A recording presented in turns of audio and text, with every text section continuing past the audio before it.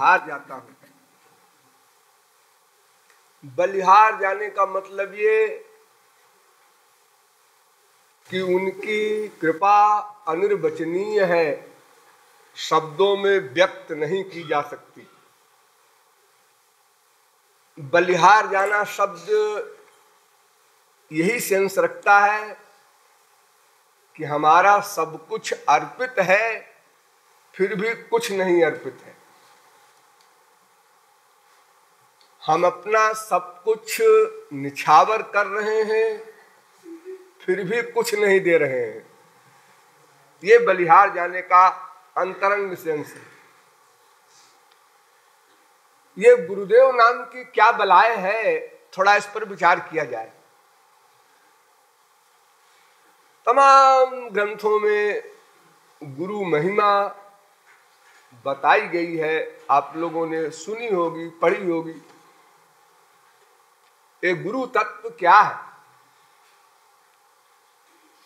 क्योंकि तत्व तो वेद में 3 ही लिखे हैं, ज्ञा ज्ञ द्वावजा विशनीषा वजा हेका भोक्तृभोग्यार्थ युक्ता अनंतश्चात्मा विश्वरूपो ह्यकर्ता। त्रयम्, बस 3 तत्व हैं। क्षरम प्रधानम अमृताक्षरम मरक्षरात्माना विशते देव एका। बस 3 तत्व हैं। एक ईश्वर, एक जीव, एक माया। और ये 3 तत्व भी कहने मात्र के हैं, वस्तुतः तो एकमेवाद्वितीयम् ब्रह्म है। एको देवः, बस एक है। एकं सद विप्रा बहुधा वदन्ति। वेद कहता है एक ही है वो, उसी को विप्र लोग, वेदज्ञ लोग, ब्रह्मर्षि लोग, ब्रह्मज्ञ लोग अनेक प्रकार से निरूपित करते हैं। क्योंकि 2 तत्व जो और बचे, एक जीव एक माया, ये दोनों उसी की शक्तियां हैं। शक्ति जैसे आग में शक्ति होती है ना, दाहकत्व, प्रकाशकत्व, अर्थात जलाना, प्रकाश करना, ये 2 शक्ति होती है आग में। आप सब लोग अनुभव करते हैं। तो ये जलाना और प्रकाश करना क्या इस प्रकार की बात है कि देखो जी, एक तो आग होती है, एक आग का प्रकाश होता है, या एक आग होती है और एक जलाने वाला होता है? ऐसा कोई नहीं बोलता और ना ऐसा कोई मानेगा। अरे भाई, आग ही में तो वो प्रकाश करने की शक्ति है, जलाने की शक्ति है। आग से पृथक शक्ति नहीं है। आग ही न होगी तो जलाना, प्रकाश करना कैसे होगा? तो शक्ति कभी शक्तिमान से पृथक नहीं हुआ करती। शक्ति सदा शक्तिमान में रहती है। इसीलिए जीवेश्वरः, भगवान जीव का भी ईशन करता है, नियामन करता है, शासन करता है, और माया का तो करते ही है। माया तो बिचारी जड़ है। क्षरात्माना विशते देव ये कहा। क्षर माने माया और आत्मा माने जीव, इन दोनों का ईशन करता है, शासन करता है। यानी ईश्वर से कनेक्टेड है दोनों, ईश्वर से भिन्न नहीं हो सकता। जैसे मैंने कल बताया था ना कि सूर्य की किरण सूर्य से भिन्न नहीं है, कनेक्टेड है, उसी से निकल रही है, वो अलग तत्व नहीं है। इसलिए ये जीव भी जो कहा जाता है, वो कोई ऐसी चीज नहीं है कि उसकी सत्ता कहीं और से आई है, या आत्मनि तिष्ठति। ईश्वर की सत्ता से ही जीव की सत्ता है। ईश्वर अपनी सत्ता माइनस कर ले तो जीव नाम की कोई वस्तु नहीं, लेकिन है ईश्वर से पृथक। कमाल देखो, ये ईश्वर की शक्ति होते हुए भी ईश्वर से पृथक है, और 1-2,000 युग नहीं, अनादिकाल से ईश्वर से पृथक है, लेकिन ईश्वर से कनेक्टेड है। ध्यान रखना, प्रत्येक क्षण ईश्वर की शक्ति से ही जीव जीवन धारण कर रहा है। ईश्वर की शक्ति से ही जीव का जीवन है। इसलिए अगर समझने की दृष्टि से हम ये कहते हैं कि 3 तत्व है तो भी ठीक है, क्योंकि एक कमाल है और आगे कि यह जीव जब ईश्वर को प्राप्त कर लेता है तो माया अलग हो जाती है। एक बात तो ये होती है, लेकिन दूसरी बात जो होती है वो बड़ी विचारणीय है। माया तो हट गई, ठीक है, मामूली सी बात है। तो जब ईश्वर का हो गया, ईश्वर की ओर उन्मुख हो गया, तो माया की ओर पीठ हो गई, माया समाप्त। लेकिन ईश्वर के प्राप्त हो जाने पर उसको ब्रह्मविद कहो या ईश्वर साक्षात्कारी कहो, जो कुछ भी चाहो बोल लो, द्रष्टुम, ज्ञातुम, प्रवेशतुम, जो भी शब्द चाहो बोल लो, तो वो ईश्वर प्राप्ति हो जाने के बाद क्या यह जीव ईश्वर में मिल जाता है या ईश्वर से पृथक रहता है या ईश्वर बन जाता है? ये 3 बातें हो सकती है इनमें कोई न कोई। या तो ईश्वर को पा लेने के बाद जीव ही ईश्वर बन गया, छुट्टी मिली, और या तो जीव ईश्वर में मिल गया, अपनी सत्ता ही खो बैठा, और या तो ईश्वर से पृथक रहेगा। तो इन तीनों में कौन सी बात है, ये बड़ी इंपॉर्टेंट बात है और इसका बड़ा लंबा चौड़ा व्याख्यान है। आप लोगों के काम का नहीं है, आप लोग संक्षेप में समझिए। अगर विस्तार में आप लोग जाएंगे तमाम टाइम खराब होगा और आखिर में वहीं पहुंचेंगे जो अंतिम गुरु का निर्णय आपके सामने आएगा। तो अंतिम निर्णय ही समझ लेना अच्छा है। तमाम चकचक में पढ़ने की बुद्धि हर एक में नहीं होती। इतनी विशाल बुद्धि हो, इतनी कैचिंग पावर हो कि खूब उलझा दिया जाए आपको और फिर सुलझाया जाए। तो कुछ लोग ऐसा कहते हैं कि जीवात्मा परमात्मा ही हो जाता है, ज्ञान मार्गी। लेकिन ज्ञान मार्गी में भी सब ज्ञान मार्गी नहीं, प्रमुख रूप से कुछ ज्ञान मार्गी हैं, शंकराचार्य वगैरह। शंकराचार्य के गुरु और उनके गुरु और उनके गुरु और उनके गुरु, जिनके आधार पर शंकराचार्य को लोगों ने जाना है, वे जो प्रमुख जगत गुरु हैं वेद व्यास, जिन्होंने 18 पुराण बनाए और वेदांत बनाया, जिस वेदांत के आधार पर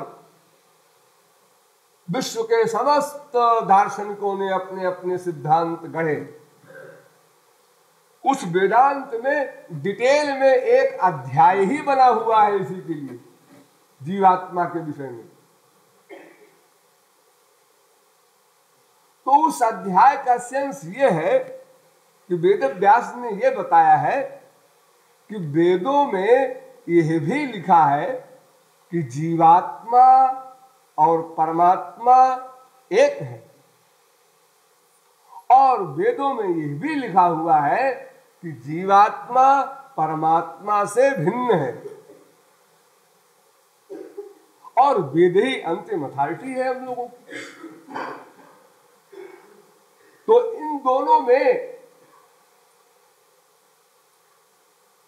कौन सही है और क्यों, इस पर बहुत डिटेल में विचार किया है वेद व्यास ने अपने ब्रह्म सूत्रों में,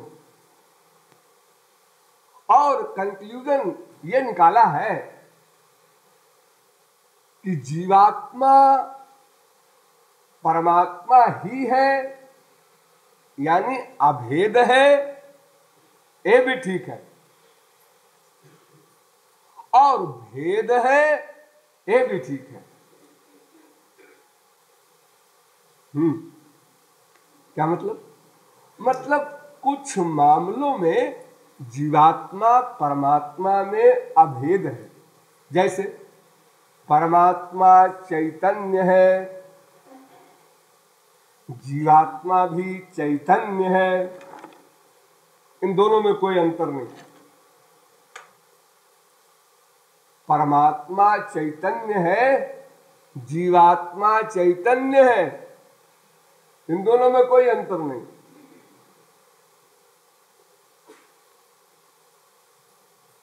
परमात्मा अनादि है, जीवात्मा भी अनादि है, यानी दोनों नित्य है, इसमें भी कोई अंतर नहीं, अभेद है। यानी भगवान भी चित है, चित चित शब्द एक आप लोगों ने सुना होगा, सत चित आनंद में चित शब्द है, माने चैतन्य। परमात्मा भी चैतन्य, जीवात्मा भी चैतन्य, परमात्मा भी अनादि, जीवात्मा भी अनादि।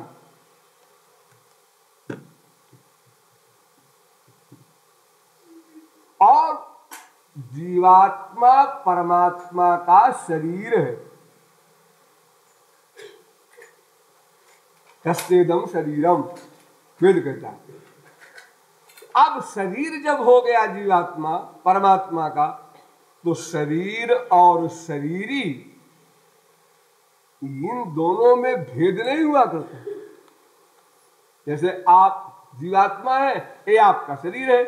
अब आप कहीं भी जाते हैं तो यही तो कहते हैं ना, मैं वहां गया था, मैं यहां गया था, मैं सो गया था, मैं बैठा था। जीवात्मा प्लस शरीर दोनों मिला करके ही एक पर्सनैलिटी बनती है।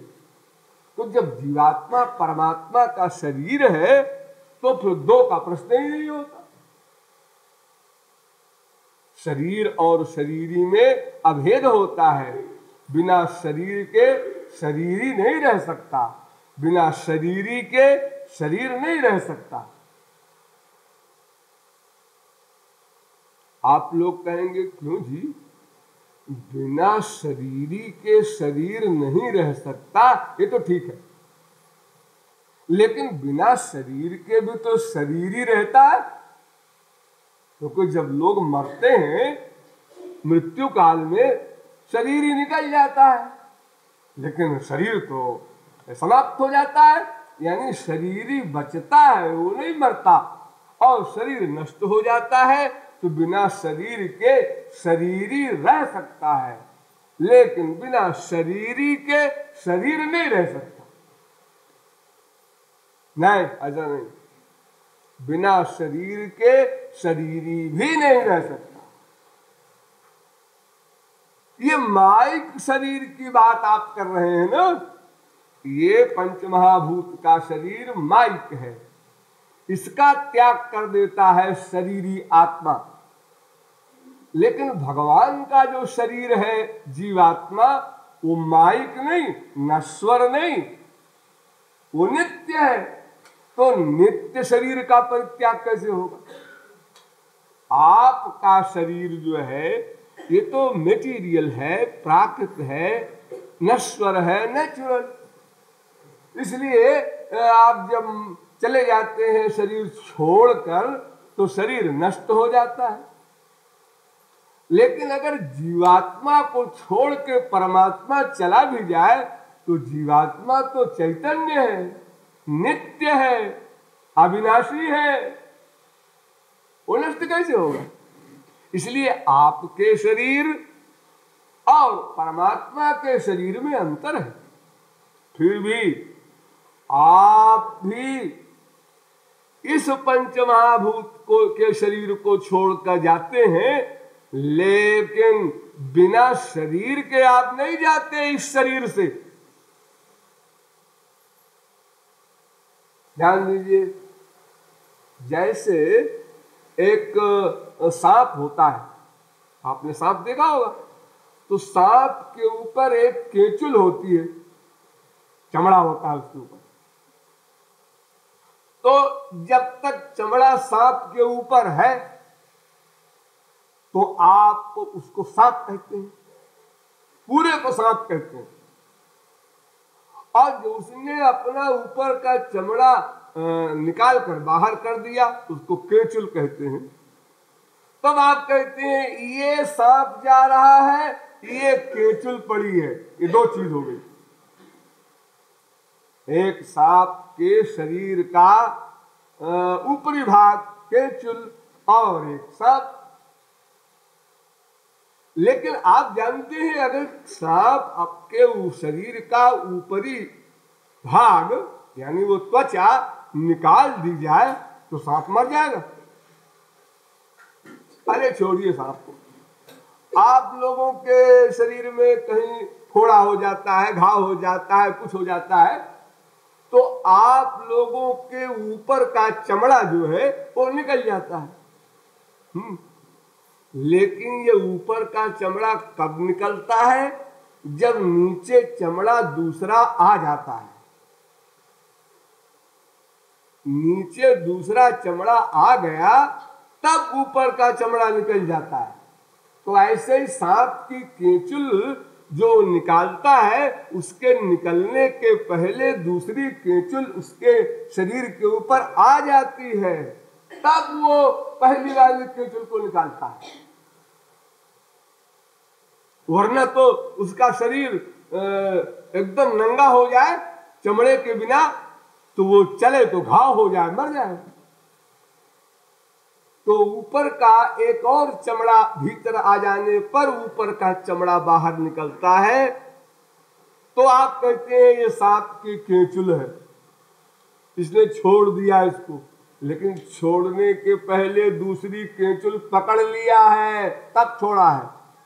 ऐसे ही ये आत्मा जब शरीर को छोड़ता है तो छोड़ने के पहले दूसरा शरीर धारण कर लेता है, तब छोड़ता है। ऐसे नहीं छोड़ता, बिना शरीर के कैसे रहेगा? अब उसको सूक्ष्म शरीर कहो, कारण शरीर कहो, देव शरीर कहो, भगवत शरीर कहो, जो भी शरीर नाम दो, 50 प्रकार के शरीर होते हैं। अपने अपने कर्म के अनुसार सबको शरीर मिलता है, लेकिन शरीर मिलेगा, सिद्ध महापुरुष को भी शरीर मिलेगा, उसको दिव्य शरीर मिलेगा अवश्य।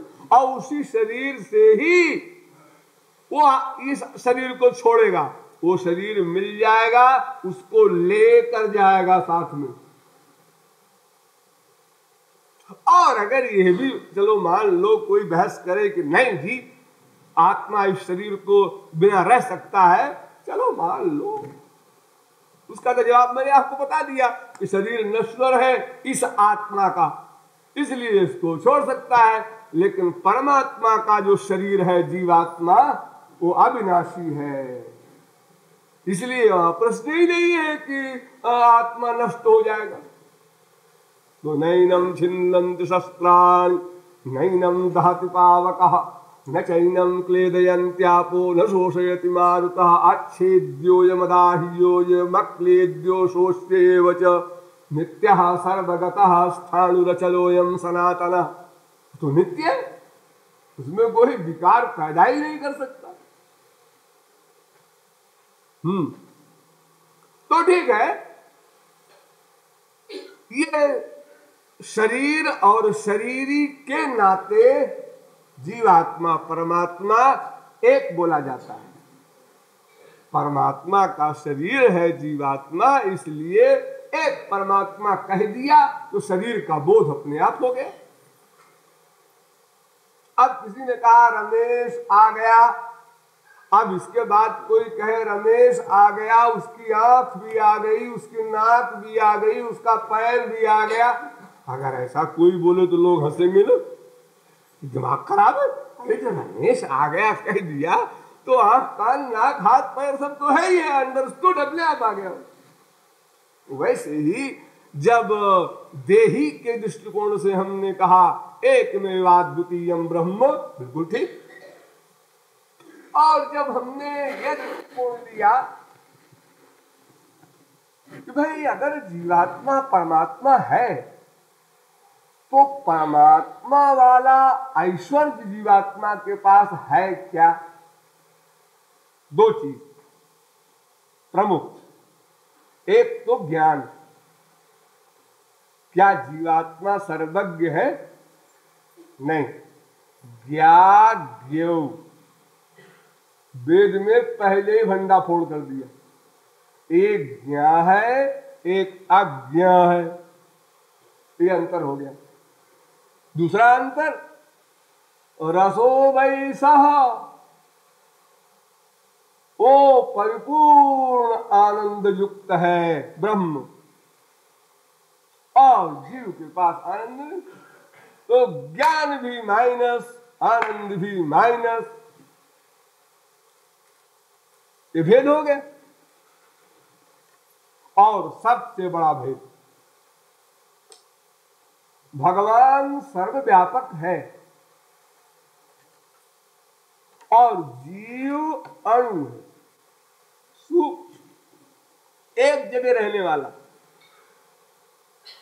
बालाग्र शतभागस्य शतधा कल्पितस्य च भागो जीवः सविज्ञेयः। देखो, एक वेद मंत्र है, बाल के अगले भाग के 100 टुकड़े करें मोटाई में, फिर उस 100 टुकड़े में से एक टुकड़ा लेकर फिर उसके 100 टुकड़े करें मोटाई में। इतना सूक्ष्म होता है आत्मा। बड़ा इंपॉर्टेंट वेद मंत्र है। बालाग्र शतभागस्य शतधा कल्पितस्य च भागो जीवः सविज्ञेयः। इस ध्यान दीजिए, इस वेद मंत्र का भाष्य शंकराचार्य ने भी किया, और जो अर्थ मैं बता रहा हूं यही अर्थ उन्होंने भी किया, वल्लभाचार्य ने भी वही अर्थ किया, रामानुजाचार्य ने भी वही अर्थ किया, हर आचार्य ने वही अर्थ किया कि बाल के अगले भाग यानी मोटाई के 100 टुकड़े करो और फिर उसके एक टुकड़े को फिर 100 टुकड़े करो। इतना सूक्ष्म होता है ये जीव, और परमात्मा तो सर्वव्यापक है, महतो महीयान। फिर शंकराचार्य ने जीवात्मा को विभू क्यों माना, व्यापक क्यों माना, ब्रह्म ही क्यों मान लिया उन्होंने? जब जीवात्मा अणु है, एष अणुरात्मा, स्पष्ट वेद कह रहा है आत्मा अणु है। पृथगात्मानं प्रेरितारं च मत्वा, आत्मा पृथक है। 50 जगह वेदों में लिखा गया द्वास पर्णा सौजा सखाया। ये शंकराचार्य ने ये मान भी लिया कि हाँ इतना सूक्ष्म है जीव। बाल के अगले भाग के 100वें हिस्से का भी एक हिस्से का 100वां हिस्सा। हाँ ध्यान दीजिए, इस मंत्र में एक शब्द और है आगे, सचानन्त्याय कल्पते। भागो जीवः स विज्ञेयः स चानन्त्याय कल्पते। ये अनंत, अनंत्य, अनंत शब्द से बन गया अनंत्य, उसका फिर विभक्ति लगा करके अनंत्याय। इसी अनंत्याय शब्द को शंकराचार्य ने उल्टा पलटा कर दिया। देखो चालाकी, हम बिल्कुल बता रहे हैं, साफ साफ बोल। अनंत शब्द के दो अर्थ होते हैं। एक तो ये जिसका अंत न हो, जिसका अंत न हो,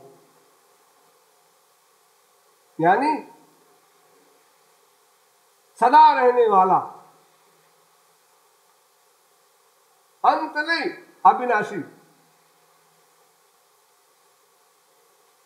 और एक अनंत शब्द का अर्थ होता है संख्या में अनंत। जीवात्माएं अनंत हैं, 1, 2, 4 लाख करोड़ नहीं। यानी इस अनंत शब्द के अनेक अर्थ होते हैं। तो शंकराचार्य ने क्या अर्थ किया कि वह जीवात्मा बहुत सूक्ष्म है, बाल के अगले भाग के 100वें हिस्से के भी 100वें हिस्से के बराबर, लेकिन वो सर्वव्यापक है। क्यों जी, ये दो विरोधी बात कैसे होगी? अगर आप सर्वव्यापक कहते हैं, अनंत शब्द का अर्थ करते हैं, तो फिर ये भागो जीवस्य विज्ञेय, भाग है वो तो एक अणु है, एक टुकड़ा है, छोटा सा सूक्ष्म, तो सर्वव्यापक कैसे होगा? बड़ी लंबी चौड़ी बातें हैं, बहुत समय लगेगा उसकी गहराई में जाने में। मोटे तौर पर आप इतना ही समझ लीजिए कि यह जीवात्मा अणु है, सूक्ष्म है। यह बात शंकराचार्य ने भी कम से कम 4 ब्रह्म सूत्रों में अपने भाष्य में माना।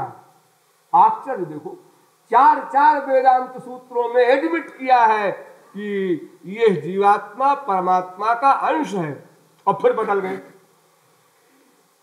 स्वयं व्याख्या कर रहे हैं एक वेद मंत्र में कि जीवात्मा परमात्मा का अंश है, और जो कोट कर रहे हैं वेद मंत्र, जिस वेद मंत्र को उन्होंने कोट किया, उसी वेद मंत्र को फिर कोट किया कि वो ब्रह्म का वाचक है वेद मंत्र। सर्वस्य वशी सर्वस्येशानः, भगवान के अंडर में सब है, भगवान सबका प्रेरक है, भगवान सबका ईशन करता है। ये सब जो गुण है ये ब्रह्म में है, जीव में तो नहीं है। तो एक वेदांत सूत्र के अर्थ में इसी वेद मंत्र को कोट करके शंकराचार्य अर्थ करते हैं कि यह जीवात्मा परक है वेद मंत्र, और दूसरे ब्रह्म सूत्र के भाष्य में कहते हैं कि ये परमात्मा परक है। तो क्यों जी, जीवात्मा कैसे सबका प्रेरक होगा? जीवात्मा कैसे सबका शासक होगा? ये वेद मंत्र में जो शब्द आए हैं ये कैसे घटित होंगे? तो उन्होंने उस वेद मंत्र का आधा भाग ले लिया, आधा छोड़ दिया। अरे ऐसी ढींगा मुश्ती है कि अगर आप लोग विद्वान होते तो आपको बताते हैं कि कैसा बढ़िया मजाक किया उन्होंने अपने भाष्य में। छोड़िए, अपना अपना विचार है, लेकिन जीवात्मा अणु भी है, इसलिए भगवत प्राप्ति के बाद भी जीवात्मा परमात्मा से पृथक रहेगा। लेकिन परमात्मा से पृथक इस समय भी नहीं है, इसलिए परमात्मा से पृथक रहेगा का मतलब ये न लगा लेना कि उसकी अपनी कोई अलग दुनिया होगी। वो परमात्मा से कनेक्टेड तो इस समय भी है जबकि मायाबद्ध है, और भगवत प्राप्ति के बाद तो परमात्मा का ज्ञान परमात्मा का आनंद, ये दो सामान जो परमात्मा के पास है हम लोगों के पास नहीं है, ये भी मिल जाएगा। जब वो मिल जाएगा तो आप परमात्मा के बराबर ही हो गए, आप क्या कसर है। तो जब परमात्मा के बराबर ही हो गया तब उसको भक्त लोगों ने भी लिखना शुरू कर दिया, तस्मै भेदा भावात। भक्त और भगवान में एक परमाणु का भेद नहीं, भेद ही नहीं। जानत तुम ही होई जाई, ये ज्ञानियों का वाक्य नहीं है, तुलसीदास का है। तुमको जानकर तुम हो जाता है, तुम्हारे समान हो जाता है। इसीलिए जब भगवान की उपासना करने का प्रश्न आया जीवों के लिए कि भगवान की भक्ति करना है सब जीवों को, ऐसा वेद बार बार कहता है, ये गुरु जी कहां से बीच में आ गए। तो वेद कहता है देखो भाई, ये गुरु जी का स्थान जो है ये उतना ही इंपॉर्टेंट है जितना भगवान का। अरे फिर भी साहब वो गुरु है, वो भगवान है, कुछ तो अंतर रखिए ना। वेद कहता है यस्य देवे परा भक्तिर यथा देवे तथा गुरौ तस्यैते कथिता हि अर्था प्रकाश्यन्ते महात्मना। जैसी भक्ति तुम अपने इष्ट देव में करो ठीक वैसी 100% वैसी ही भक्ति गुरु में करनी होगी। यथा देवे तथा गुरौ, क्योंकि अभेद है, दोनों में भेद नहीं। क्योंकि ईश्वर की जी पास जितने सामान थे वो सब आ गए महापुरुष के पास, उस जीव के पास, उस महात्मा के पास, तो हम दोनों बराबर हो गए। ठीक है, मान लिया दोनों बराबर हो गए, लेकिन फिर भी तो कोई बात होगी इन दोनों में। तो बात क्या होती थी, ऐसा है कि आपस में समझौता हो गया है। भगवान अपने भक्तों की तारीफ करते हैं, भक्त भगवान की तारीफ करता है। आपस में समझौता हो गया कि भाई लड़ाई अगर हम दोनों में हो गई तो दोनों की पूजा बंद हो जाएगी। अपना अपना ख्याल है, हम अपना ख्याल बता रहे हैं। हाँ, जहां जहां तारीफ सुनोगे, भगवान जब तारीफ करना शुरू करेंगे, हाँ कमाल है। और जब भक्त भगवान की तारीफ करेंगे वो तो करते ही, धंधा ही है उनका ये, वो 24 घंटे उनका काम क्या हो, लंबी लंबी बातें अपना ठाकुर जी की कहा करते हैं, बड़े दयालु हैं, बड़े ऐसे हैं वैसे हैं। होंगे भाई, वो लोग जानते होंगे, हम लोग सुनने वाले हैं, अभी अनुभव तो हम लोगों को हुआ नहीं है?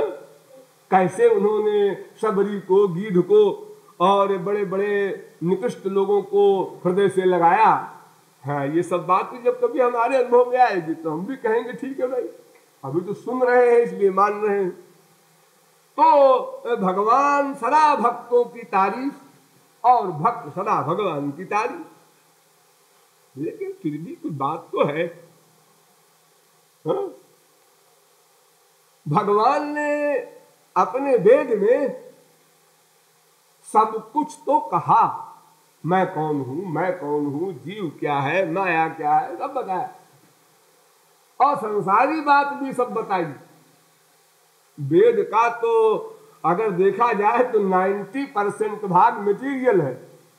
मटेरियल माने शरीर संबंधी, किसी में दवाइयां लिखी हैं, किसी में संसारी कामना की पूर्ति के यज्ञ हो रहे के लिखे हैं, मंत्र उसके बने हैं, हजारों लाखों मंत्र, हमको ये हो जाए, हमको वो हो जाए।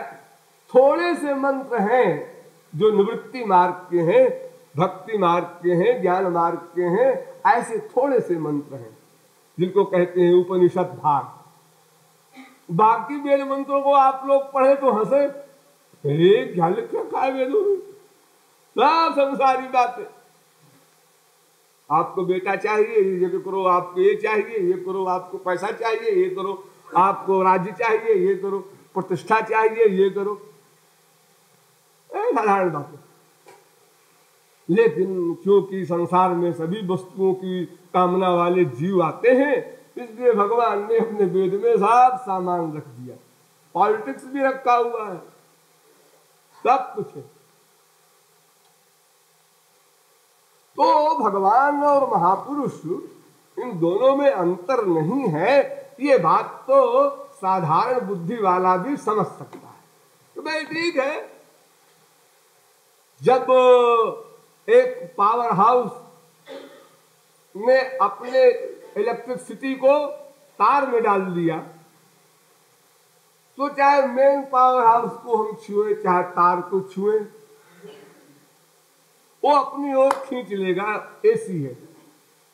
और जब उस पकड़ने वाले को हम पकड़ेंगे तो हमको भी वो खींच लेगा। तो जितने पकड़ते जाएंगे वो गुरु शिष्य गुरु शिष्य गुरु शिष्य सबको पावर हाउस खींच लेगा अपनी ओर। एक मटेरियल बिजली है, वो इलेक्ट्रिसिटी की पावर, उसमें आप लोग अनुभव करते हैं। तो भगवान और महापुरुष बराबर हो गए, तो ठीक है, साधारण सी बात है। जब उनका ज्ञान सर्वज्ञ हो गया, सदा के लिए अज्ञान चला गया, सदा के लिए आनंद मिल गया, सदा के लिए माया चली गई, तो और कमाल है भगवान में, यही है। लेकिन ये जो शास्त्र वेद कहते हैं, जैसे वेद ने कहा तद विज्ञानार्थम स गुरुमेवाभिगच्छेत्, गुरुम एव अभिगच्छेत्। मेरा ज्ञान या माया निवृत्ति या मेरे आनंद आदि की प्राप्ति ये गुरु के द्वारा ही होगी। ये क्यों लिखा? उनको लिखना चाहिए था कि मुझसे भी हो जाएगी और गुरु से भी हो जाएगी, आप लोग चुन लीजिए दो में, चाहे जिसकी शरण में चले जाओ। जब दोनों के पास सामान है तो फिर कोई परेशानी की बात नहीं। अरे भाई, अगर हमारे पास कोई चीज है और हमने वो चीज दे दी दूसरे को, अगर दे दी हमने पूरी चीज, तो फिर उस चीज वाले के पास आप जाके ले लो, चाहे हमसे ले लो। अगर पूरा पूरा दे दिया तो, जैसे हमने अपना थोड़ा सा ज्ञान इन प्रचारकों को हमने दे दिया, पूरा पूरा नहीं दिया। हाँ, इसलिए नहीं कि कभी ये चैलेंज कर दें तो उसके लिए छुपा रखा है, ऐसी बात को समझो।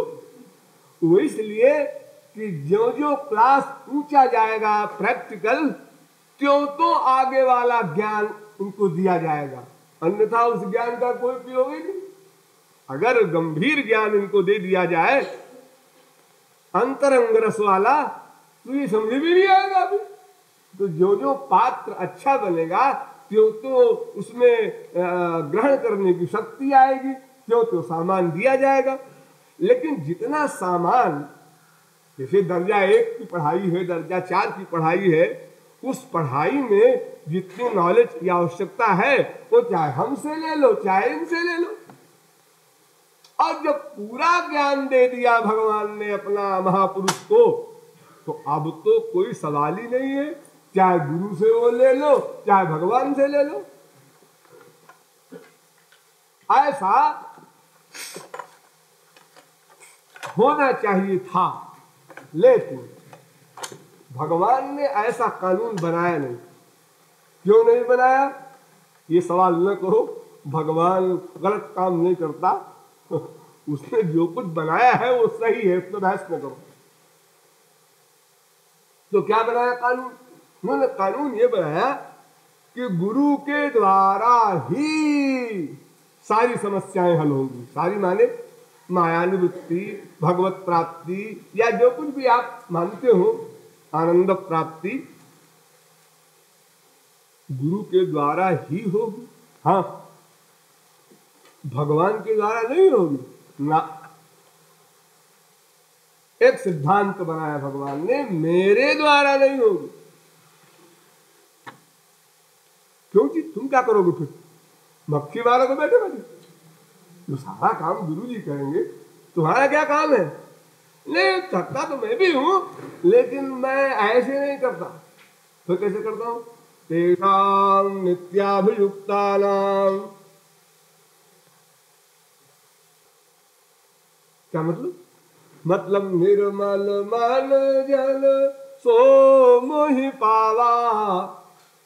अगर आप बिल्कुल ठीक ठाक हो जाएं तो फिर मैं बात कर सकता हूं। तो महाराज हम ठीक ठाक कैसे हो जाए ये मैं नहीं जानता। तो फिर हमसे आप बातें नहीं करेंगे? हाँ, ऐसे बात नहीं करेंगे। ऐसे तो नोट करेंगे, चोरी चोरी नोट करेंगे तुम्हारे कर्मों को और उसका फल देंगे। तो तुम बंधन करके आ जाओ तो मैं स्वीकार करूंगा।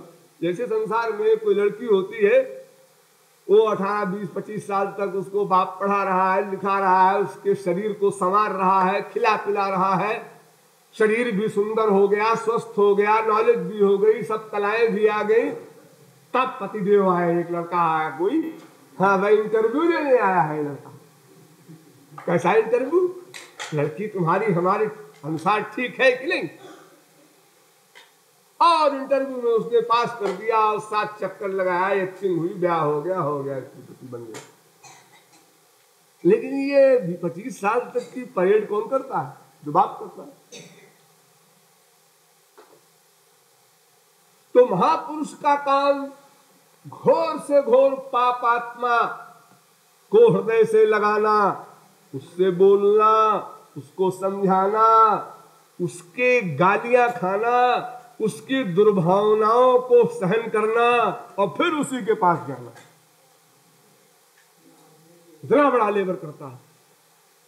यानी उसी महापुरुष, जो महापुरुष हमारे कल्याण के लिए कमर कस चुका है, वो हमारे पास आता है संसारियों की तरह, अनेक प्रकार का प्यार का व्यवहार करता है, भूख न होते हुए कहता है भूख लगी है, छोटी छोटी चीजें मांगता है हमसे बालकों की तरह, अनेक प्रकार का प्यार दुलार देता है, नॉलेज देता है, स्वयं साधक बनकर साधना कराता है। ये सब कुछ करने पर भी हम चोरी चोरी, ये बाबा जी ऐसा क्यों है? जरूर कोई गड़बड़ है। तो बाबा जी कुछ लोभी है गुरु जी, हाँ कुछ लोभ है इनको, क्योंकि हम लोभ से परे। यानी किस प्रकार गड़बड़ हम बीच बीच में करते रहते हैं, और ये बात 100% जानता है महापुरुष, लेकिन बताता नहीं। एक भोले बालक की भांति एक्टिंग करता हुआ, ऐसी एक्टिंग करता है आपसे कि हम कुछ जानते ही नहीं आप क्या सोचते हैं, और फिर प्यार का व्यवहार करता है। इतना बड़ा कमाल तो घोर संसारी स्वार्थ वाला भी नहीं कर सकता। अगर किसी स्त्री के पति को मालूम हो जाए कि उसकी स्त्री हमारे खिलाफ चोरी चोरी यह सोच रही है, तो संसार में कोई स्त्री पति का जीवन नहीं चल सकता। लेकिन वो यही खैरियत है कि दोनों अल्पज्ञ हैं, उसके हृदय की बात वो नहीं जानता, उसके हृदय की बात वो नहीं जानती, इसलिए संसार चल रहा। वरना जो जो बातें सोचती हैं स्त्रियां पतियों के लिए, और जो पति लोग सोचते हैं स्त्रियों के लिए, अगर वो एक दूसरे की बात जान ले तो सारा संसार नष्ट हो जाए तत्काल। इसी प्रकार बेटा बाप सबको समझ लेना, कोई स्त्री पति की बात नहीं। लेकिन महापुरुष सब जानता है, फिर भी सहन करता हुआ, कोई बात नहीं, बच्चे हैं, हमारे खिलाफ भी सोच रहे हैं, सोचने दो। आज दिन भर में 10 बार सोचा, कल 9 बार सोचेंगे, फिर 8 बार सोचेंगे, फिर 6 बार सोचेंगे, फिर सोचना बंद हो जाएगा, फिर इनका कल्याण हो जाएगा। 8 वर्ष हो गया, हमारे लिए बहुत बड़ी बात है। वरना क्या आवश्यकता पड़ी है किसी महापुरुष को इस संसार वालों के सामने खड़े होने की, या आंख उठाकर देखने की? श्यामा श्याम को देखने वाला फिर हम सब गोबर गणेश जीवों को देखे उन आंखों से क्यों देखे? अरे हमको तो दुनिया ही में एक बड़ा आदमी नहीं देखता। अगर कोई बड़ा आदमी छोटे आदमी की तरफ देखता है, हम प्रेसिडेंट हैं, थोड़ा गला आदमी, इसको क्या देखना? हमको दुनिया ही में देखने वाले लोग नहीं है, ऐसे लोग हैं कि हमारी ओर देखना नहीं चाहते, और अगर देख भी ले तो बात नहीं करना चाहते। क्योंकि ऐसा आप देखो, अगर आप इससे बात करेंगे तो लोग क्या कहेंगे? इतने बड़े आदमी हमको सोसाइटी नहीं आती करना है, क्या थर्ड क्लास के लोगों से बात करते हैं, बात भी करना चाहिए बराबर वालों से। हाँ? संसार में ये कायदे चलते हैं। और जिसका दास है भगवान वो हमसे बात करे, हमारी 420 को जानते हुए भी क्षमा करे और दिन रात लेबर करे हमारे साथ। ये सब काम भगवान नहीं करता, भगवान का कानून है ये सब गोबर गणेश का काम मैं नहीं करूंगा। जब सब हिसाब बैठ जाएगा तुम्हारा, वो हिसाब कैसे बैठेगा? वो गुरु के द्वारा ही बैठेगा, भी नहीं।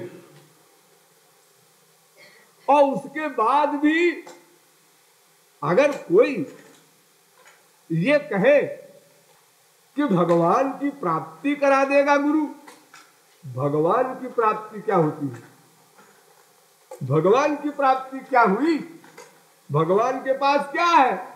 आनंद और ज्ञान प्रेम जो कुछ है वो सब तो है गुरु के पास, वही देगा। हाँ देगा, वही केराफ गुरु ही देगा, वो सामान मिलेगा। तो फिर भगवान की उपासना का सेंस क्या है? जो भगवान की उपासना बताई गई वेदों शास्त्रों पुराणों में, संतों ने बताई, जब गुरु की उपासना से पूरा काम बन जाएगा, और बिना गुरु की उपासना से काम बनना नहीं है। भगवान की उपासना केवल भगवान की उपासना हो नहीं सकती। तो फिर भगवान की उपासना को लाए क्यों जाता है बीच में? एक ये छोटा सा प्रश्न रह जाता है। तो भगवान की उपासना को जो लोग लाते हैं बीच में, उसका सेंस ये है।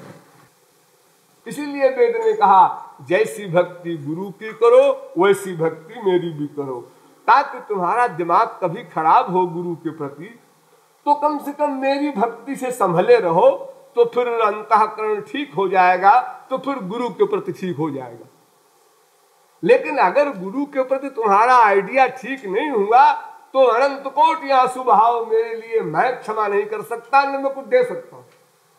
तुम्हारे सब आंसू जाएंगे जीरो में गुणा करने के बराबर, तो क्षमा ही नहीं होगा।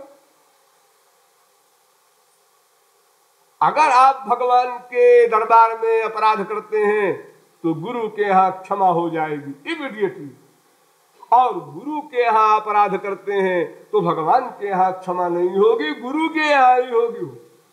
और वो तभी होगी जब आप प्रायश्चित करें। और प्रायश्चित क्या करें? बस अपनी गलती हृदय से मानकर आंसू बहा दे, गुरु खुश, जा जा सब माफ। तुमने अभी चप्पल लगाया था, सब खत्म, 1 सेकंड देर नहीं, इतना भी नहीं। संसारी रो रही है वो, हाँ जी तुमने ऐसा कहा था उस दिन, वो मेरे अंदर पिंच कर रहा है। एक वाक्य आप लोगों को सारा जीवन पिंच करता रहता है। एक सेंटेंस कोई बोल दे, ये वहां नहीं है, वहां तो क्षमा का दरबार है। लेकिन अगर आप उस क्षमा का एडवांटेज, क्षमा का आप दुरुपयोग करते हैं, क्षमा तो हो जाए गुरु जी के यहाँ अपराध किए जाओ, तो आपका क्या होगा ये सोचना है। आप वहां तो क्षमा मिलेगी, लेकिन फिर आपका कल्याण कैसे होगा? अगर आप ये समझते हैं वो बड़ा दयालु है, कृपालु है, सदा क्षमा कर देता है, हमने कितने बार उसके खिलाफ सोचा है, बोला है आपस में दोस्तों से, लेकिन फिर भी वो अनजान बन करके हमको वही प्यार दे रहा है। तो अगर उसके अपराध को हम क्षमा करने वाला ऐसा उसको मानकर अपने अपराध को बढ़ाते जाएंगे अगर हम लोग, तो फिर वो क्षण कब आएगा जब हम कंप्लीट सरेंडर करेंगे, पूर्ण शरणागत होंगे। ऐसा कब आएगा फिर? क्योंकि पूर्ण शरणागति तो कंपलसरी है, उसके बिना काम चलेगा नहीं। तो इसलिए महापुरुष और भगवान में और कोई अंतर नहीं है, बस इतना सा ही अंतर है कि केवल महापुरुष की भक्ति करके हम अपने लक्ष्य को प्राप्त कर सकते हैं, और यदि महापुरुष के प्रति हमारी बुद्धि अभी ठीक नहीं हुई है 100%, तो महापुरुष प्लस भगवान दोनों की भक्ति करना होगा। लेकिन केवल भगवान की भक्ति से हमारा लक्ष्य हल नहीं हो सकता। अरे भक्ति भक्ति तो बहुत दूर की बात है, भक्ति क्या वस्तु है ये समझाना भी तो भगवान नहीं करेगा, गुरु ही करेगा। अरे वो तो करना वरना आगे वाली बात।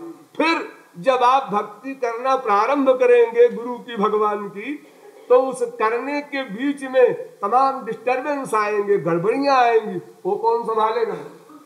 ये सारा काम गुरु करना होगा। इसीलिए हमारे यहाँ संतों ने बहुत बड़े बड़े शब्द लिख दिए हैं गुरुओं के लिए।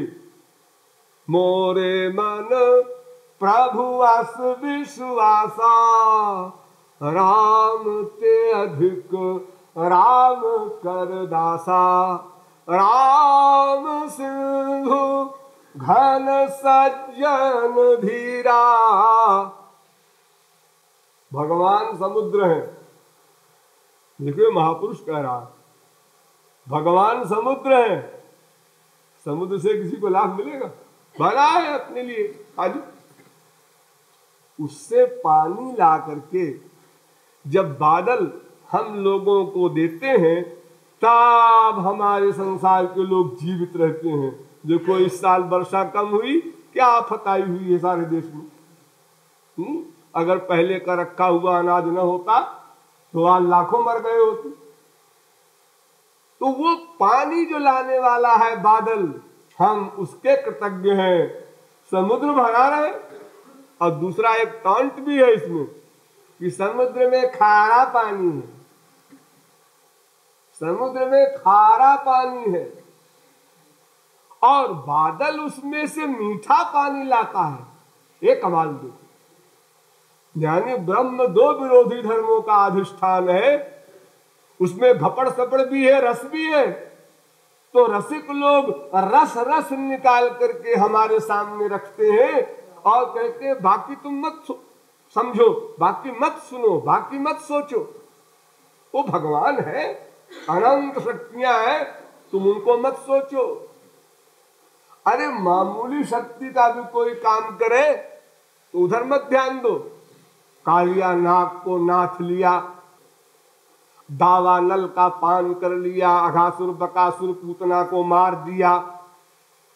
ये सब सुनते हैं रसिक लोग, अगर तो ऐसे सुनते हैं जैसे कोई बहरा सुनता हो, तो क्या सुनते रहते हैं ऐसे। उसको मार दिया, गोवर्धन को उठा लिया, यशोदा ने उखल में बांध दिया। अब रस आया महापुरुष को, वो सब ईश्वर जी की बातें सुन के अनसुनी कर देता है। अरे गोवर्धन उठा लिया, ये पहाड़ उठाना गधों का काम है, ये कोई बड़ा कमाल है। अनंत ब्रह्मांड को उठाए बैठे हैं, उनके संकल्प से ही सब चल रहा है। एक पहाड़ उठा लिया तो बड़ी तारीफ कर रहे हैं आप। रावण ने उठा लिया कैलाश। अरे ये तो खच्चरों का काम, बोझा उठा लेना, ये कोई बड़ा कमाल है क्या? और फिर अगर उठाने का ही कोई कमाल देखा जाए तो संपूर्ण विश्व ब्रह्मांड को उठाए हैं शेषनाग अपने फड़ पर, फिर वो बड़े बंदनी हो जाएंगे भगवान से बड़े। ये छोटी मोटी बातें हैं, ये बच्चों की बातें हैं, भोले भाले लोगों के लिए ये सब चमत्कार है, ये रसिकों के काम की चीज नहीं।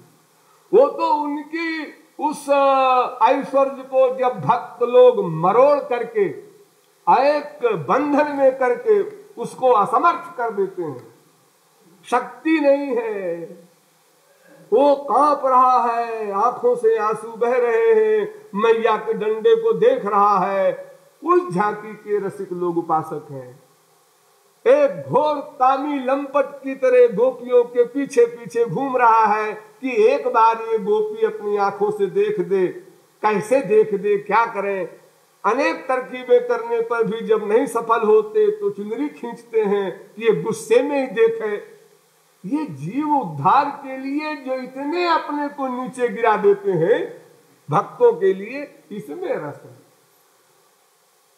उसमें क्या ऐश्वर्य है, रस है। वेद स्तुति कर रहे हैं,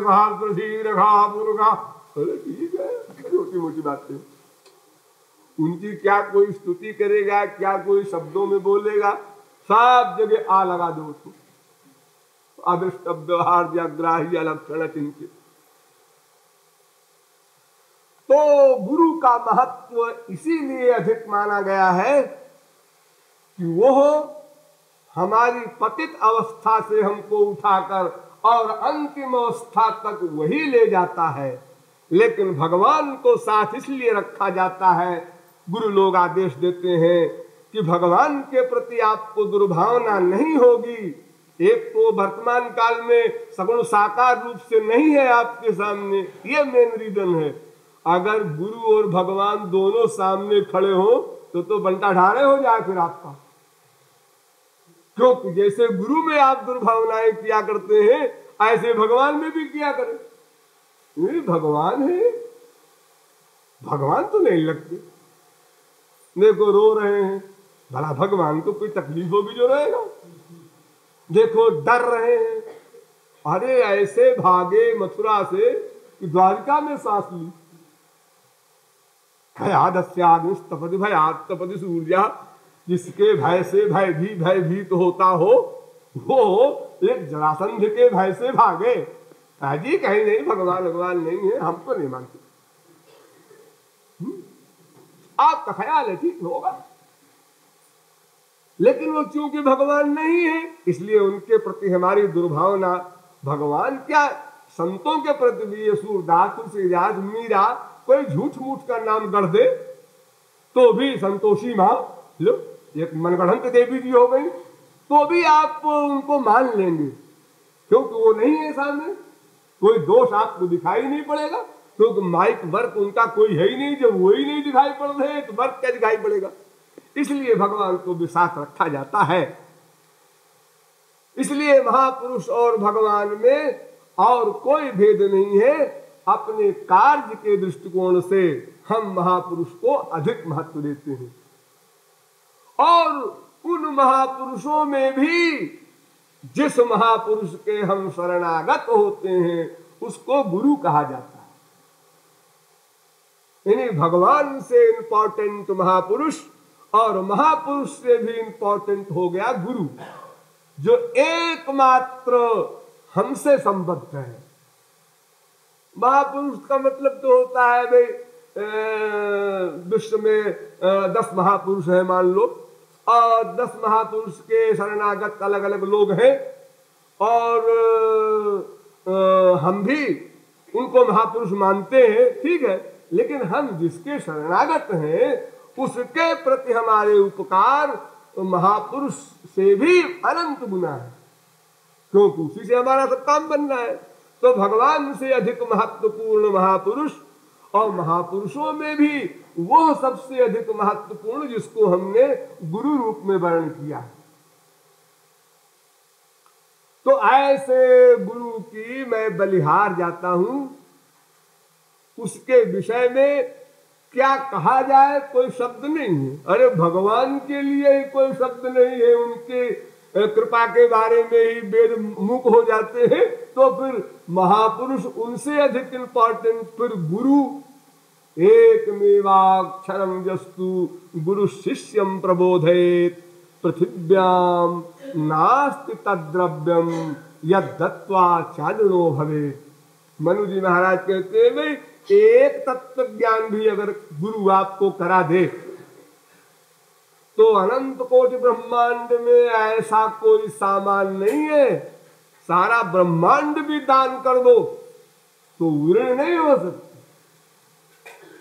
उऋण होना तुम्हारे लिए असंभव है।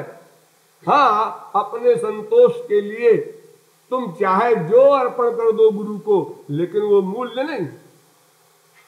और जबकि हम लोग जो कभी कहीं किसी गुरु के शरणागत होते हैं और कहीं गुरु जी को एक कंबल भी दे दिया सब लोग देखें कि हमने कंबल दिया है, गुरु जी इसको ओढ़ लीजिए।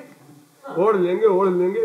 नहीं नहीं, मेरे सामने ओढ़िए, मैं देखूं, सब देखें कि मैंने कंबल दिया है। फिर एक धोती लाते हैं मामूली सी, उसको भी इसको गुरु जी पहन लीजिए। क्या मतलब? मतलब है कि आज पहन लीजिए। क्या मतलब? अरे मतलब आप समझते नहीं कैसे गुरु जी? मैं लाया हूं इसलिए आज आप पहन लीजिए, मेरी आज्ञा है, और सबको बता दीजिए धोती कौन लाया है। इतना बड़ा कमाल करके आए हैं आप, इतना गड़बड़ है खोपड़ा में, लेकिन फिर भी गुरु तो यही मानता है, अरे इसने धोती तो दिया, इतना त्याग तो हुआ इस जीव से, चलो शुरुआत तो हुई, आगे और होगी फिर। वो तो आशावादी है, निराशावादी नहीं है गुरु। वो कलयुग के जीवों से बड़ी बड़ी आशा तुरंत नहीं करता, जितना भी जीव उसके लिए त्याग करता है उतने में गुरु भी बलिहार जाता। जैसे शिष्य कहता है मैं गुरुदेव की बलिहार जा रहा हूं, वैसे गुरुदेव भी शिष्य के बलिहार जाता है कि इस कलयुग का जीव इतना अर्पण कर दिया उसने हमको, कमाल। हाँ भाई कमाल है, मामूली कमाल नहीं है।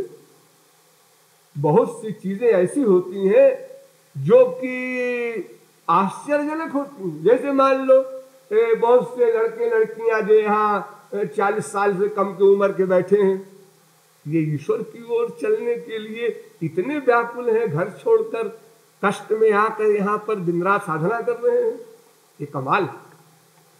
अब जिनका शरीर नष्ट हो चुका है, जो बिल्कुल बूढ़े हो चुके या कोई ऐसी सीरियस बात हो गई है, तो अब वो जान ही रहे मरना तो है ही है, चलो कुछ कर लो, हरे राम हरे राम। कमाल उनका भी है, लेकिन उतना कमाल नहीं। ऐसे ही किसी के पास 1 लाख रुपया है, उसने 1000 रुपया गुरु जी को दे दिया, ठीक है ये भी कमाल है, लेकिन कमाल उसका है सबसे बड़ा जिसके पास 20 रुपया कुल था और 20 रुपया उसने दे दिया, उसने सर्वस्व अर्पित कर दिया। ये माना जाएगा गुरु जी के यहाँ, ये नहीं माना जाएगा कि उसने 1000 दिया है उसका नाम ऊपर लिख लो। उसने 1 लाख में 1000 दिया, 10% या 1%, तो जितने परसेंट दिया उतने परसेंट की उसकी क्रिया लिखी जाएगी। और जिसके पास 4 रुपया है, 4 रुपया दे दिया, उसका सर्वसमर्पण माना जाएगा। ईश्वर के यहाँ ये सब नहीं होता कि लिमिट देखी जाए, और फिर देने के बाद देने का अहंकार भी न हो, आप समझो कि आप वो ठीक ठीक शरणागत हुआ। देने के बाद मैंने कुछ दिया है, क्या दिया है? मैं मां के पेट से आया तो क्या लाया था?